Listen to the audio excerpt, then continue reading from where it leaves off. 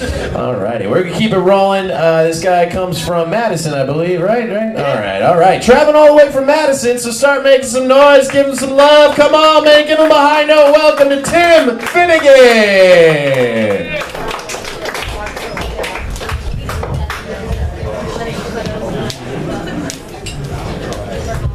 What up, people? How y'all doing tonight?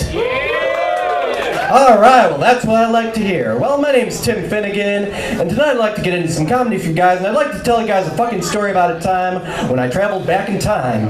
Now, I met a guy named Marty McFly, one of my friends. He's a little bit older, but we had a good time meeting up.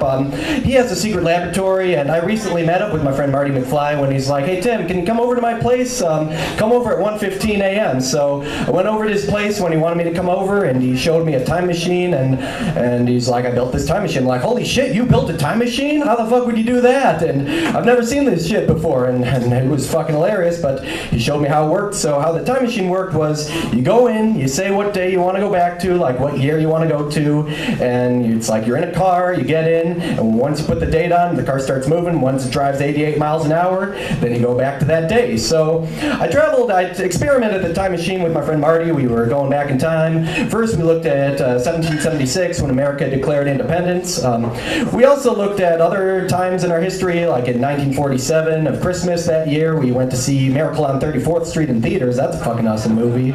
We also went back to 1985 when The Breakfast Club came out. Now that's a fucking hilarious John Hughes film. We saw that in theaters, and we did all our fun shit, like we traveled back to the 60s and saw the Beatles in concert, and that was fucking awesome too. But let me tell you about one time when Marty and I wanted to go back to try to see the days of his parents' generation and my grandparents' generation, which was the same year. So first, Marty and I traveled back to 1985, where we met Dr. Emmett Brown. Now, when we met Doc, he showed us even more techniques about that time machine. So we were going back in time. We were going back to actually 1955. And that year, Marty's parents were in high school and my grandparents were in high school then. So we actually got to meet them when they were in high school. So he showed us what to do. So when we got there, what we did was we got in. We didn't know where we were at first, but then we went into an old restaurant with a jukebox, and like, holy shit, where are we? And then I saw a newspaper, and I saw the current date in the newspaper. It said like 1955, and there was a picture of Dwight D. Eisenhower since he was the president at the time. I'm like, holy shit, are we actually in 1955? And it looked like we were, so we were figuring out where we were. And when we were eating lunch at the cafe, there was an asshole who came in, and he was like, "What the fuck are you doing, Finnegan? And what are you doing, McFly?" And first we thought they were talking to us, but they were actually talking to the guys next to us, who happened to be Marty's dad and my grandfather. And they're like, holy shit, do we actually know these guys? So what we did then was, when we saw those guys, we actually met our grandparents and the other people, and we went to the high school. And what we were trying to do then, it was at the time of the high school dance, and I was trying to get my grandfather to ask my grandmother to the dance, and Marty was doing the same with his parents, trying to get his father to ask his mother to the dance. So at first, when my grandmother and his mother met both of us, they wanted to ask us to the dance. I'm like, holy shit, why would you do that? But what we did then was we figured something out, and we had a plan in place that once we get to the dance, we'll sit in our car with our dates, and then my grandfather and his father can come, and they'll find their way in. So we arrived at the dance, but then that bully was there again.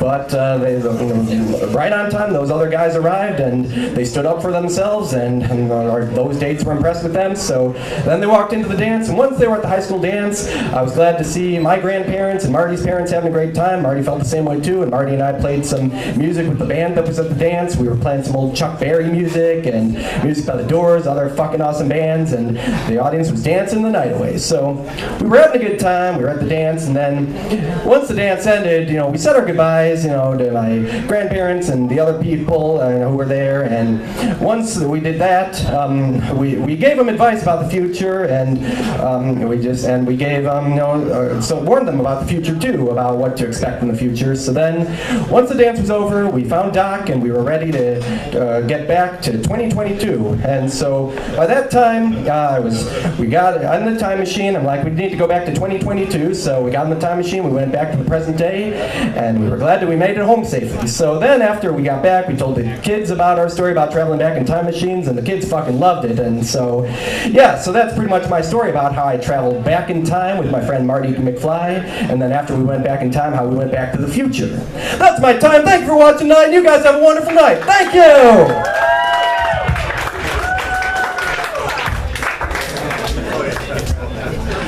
Tim Finnegan, everybody. Make some noise for him. The only comic I know that comes with spoiler alerts. Like, all right.